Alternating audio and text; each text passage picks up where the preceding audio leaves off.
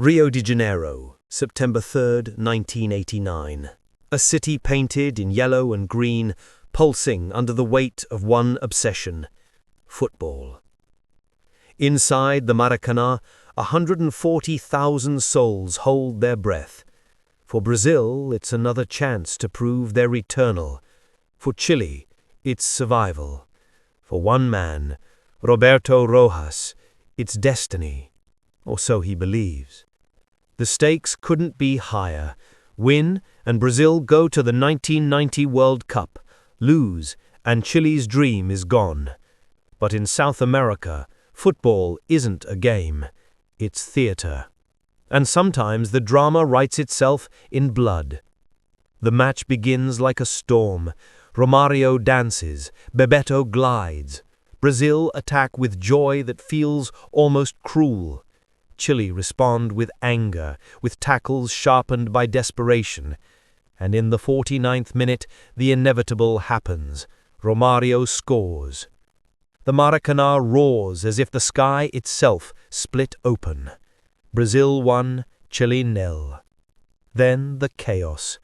From the terraces, a flare arcs through the air, a red comet in the night. It lands near Rojas. He falls.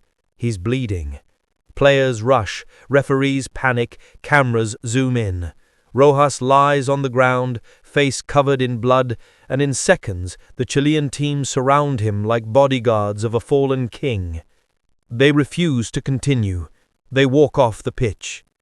And just like that, the match dies in confusion. Television replays show nothing but smoke. Commentators scream about disgrace, about Brazilian fans, about violence. It seems Brazil has committed an unforgivable act. But somewhere behind all the noise, truth sits quietly, waiting.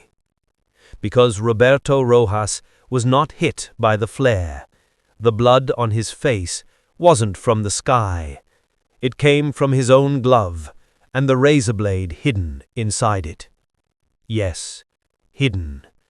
Taped inside his goalkeeper's glove, smuggled in with intent, part of a plan so audacious it could only have been born out of fear. The idea was simple: fake an injury, blame Brazil, get the match awarded to Chile, reach the World Cup. It was madness disguised as strategy.